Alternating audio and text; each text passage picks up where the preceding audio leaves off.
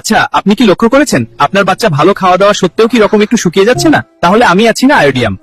শরীরের শীর্ণতা, শরীর দিন দিন শুকাতে থাকে, বিশেষ করে পায়ের দিকটা আগে শুকায়, প্রচন্ড গরম কাতরতা, রোগীর খিদে বেশ ভালোই থাকে, খিদে পেলেই সব যন্ত্রণা বেড়ে যায়, কিছু খেলেই তার মানসিক ও শারীরিক শান্তি মেলে। কিন্তু মজার ব্যাপার হলো এত খাওয়া সত্ত্বেও রোগী দিন দিন দুর্বল ও রোগা হতে থাকে, যাই খাক গায়ে যেন লাগেই না সেরম।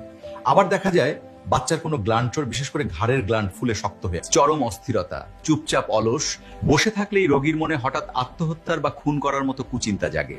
এই সকল সিমটম পেলেই আমরা আয়োডিয়ামের কথা চিন্তা করতে পারি।